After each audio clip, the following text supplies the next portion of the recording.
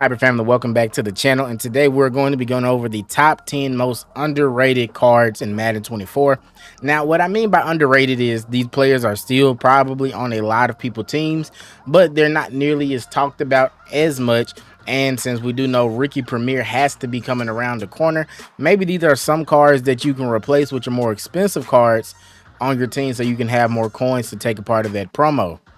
But with that being said, let's go on and get into this list. Starting off, we have Josh Allen right here. Theme Team All-Star. He can be upgraded to a 99 overall.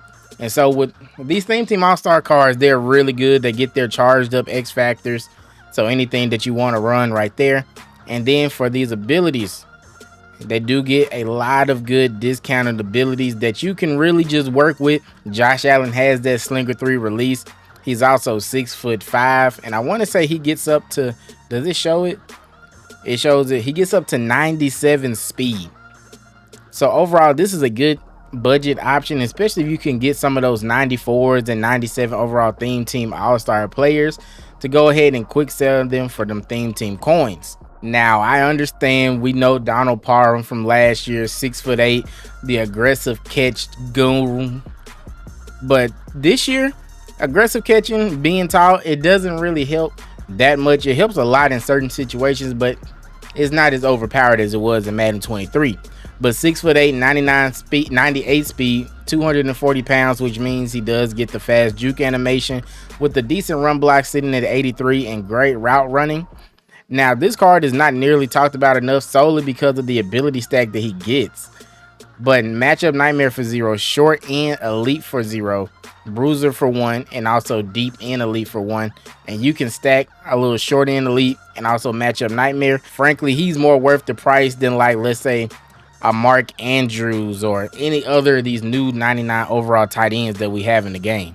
Now, as we make it over here into the Crucible promo, Greg Jennings, this is not any bias for any of my Miami Dolphins fans out here. This is just genuinely a good card. 97 speed, that doesn't really matter at this point in the year. Everybody has a theme team. Everybody has all type of crazy boosts going on. So that's really 99 speed. Great route running. But what makes this card great and not talked about enough, obviously charged up X factors. I run the angry runs on him. He gets jukebox equipped for 0, and with a lot of these Crucible players, they get multiple discounted ability buckets. So run a route tech right there, a short out elite that can help you get that speed burst with man press. Now, it doesn't work as good as it once did because now we have a lot of bottlenecks out there. He gets 3 discounted ability buckets with everything that you kind of need. But as far as route running, speed, and also the good ability discounts that he can get on this card, hey, it seems like a pretty good option to me. All right, so here we are in the Sugar Rush promo, and we got Ted Hendricks on the screen, 6'7", 220 pounds. Why is this card underrated? Well, at one point in time, he wasn't. But if you're just looking for a good user, great height, great speed, and also can actually move out there, I understand that we have like the Ray Lewises, the Terrell Edmonds, even Jordan Mailata, who is 6'8", but he's also 360 or 380 pounds. So his agility, even though it could be at a 99, changing direction, 98 or whatever, he's not going to move as good as, let's say, Ted Hendricks here. The main thing that you will want to run on him is that lurk artist. But overall, if you're just looking for a good tall user to last you for the rest of the year, I would highly suggest Ted Hendricks to save you on some coins. Next, we have Christian Barmore right here, 98 overall. I still do really enjoy this card. He's no longer on my team simply because of Dolphins theme team purposes. But 90 speed, 90 excel, obviously very slow compared to the cards and defensive ends that we are getting now. But what made this card so special is that right here he had got inside stuff for 0 and also no outsiders for 0. So relatively, you have to play him on the interior of the line, and that's more than likely where I highly suggest that you play him. He's not going to have enough speed to get out there to contain no type of quarterback at this point in the year. Freight trains, angry runs, as long as he can get that initial contact and slow him down, this card is amazing. Now over here into the NFL draft night, we have Mr. Malik Neighbors, 6 foot even, 200 pounds, great routes. Now what's good about him, he gets short in and short out both for 0 AP. And then he also can get like a jukebox as well if that's what you prefer to run on him. No special charge up abilities, so that kind of sucks. But overall, just a good little budget slot wide receiver. On the catalog, it say he's going for 300K. That's not a bad price, especially since you are getting a man beating ability and also that jukebox ability, which is very OP.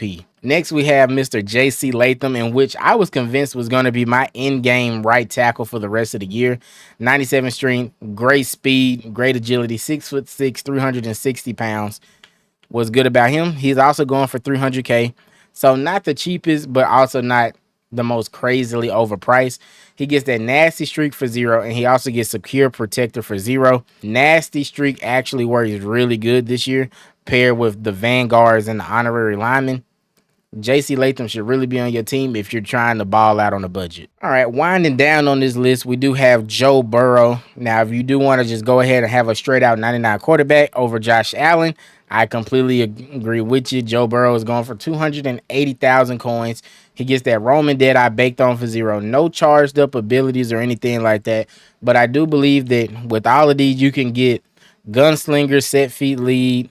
I want to say, yeah, master tactician and gift wrap. I think that's for a total of 6 AP, which AP is non-existent on offense at this point in the year because everything is so discounted. Not the fastest with 91 speed, but if you're just a pocket passing quarterback, 91 speed is definitely more than enough to go ahead and get loose. Now for a budget right in, now I do know that we do have a lot of the momentum shifts going on in Madden, so he may not be the most helpful, but if you do have an opponent that's not running momentum shift, he gets his X Factor Unstoppable for Showtime level 2, and all you have to do is just play 9 players without it. Then it's on for the rest of the game. Not to mention that he does get partnered with quite a few good abilities. No outsiders for 0 or double or nothing for 1, along with an interior threat, edge threat elite, and El Toro. And then you can stack either of those combinations on them. So overall, Romy Reigns, maybe not the most useful at this point in the year because of momentum shifts that we do have on the offense and defensive side of the ball. But like I said, if you're not running into that a lot in head-to-head online, definitely not a bad option to go ahead with. Last but certainly not least, we have Mr. Troy Polamalu, who was once the best safety in the game and who is still a top-tier safety in this game with deep zone KO, mid-zone KO, and also pick artist. I do believe for 1 AP. If I'm not mistaken, 1 AP, mid zone for 0. Yeah, deep zone KO for 1 AP. Now, the only thing that you will be losing, just like with a handful of these other cards, is that avalanche ability that can help force fumbles, and it can really change the whole aspect of a game. But if you just need a just straight up solid zone defensive back out there on the field, and height is not really your biggest concern, Troy Polamalu will be your guy.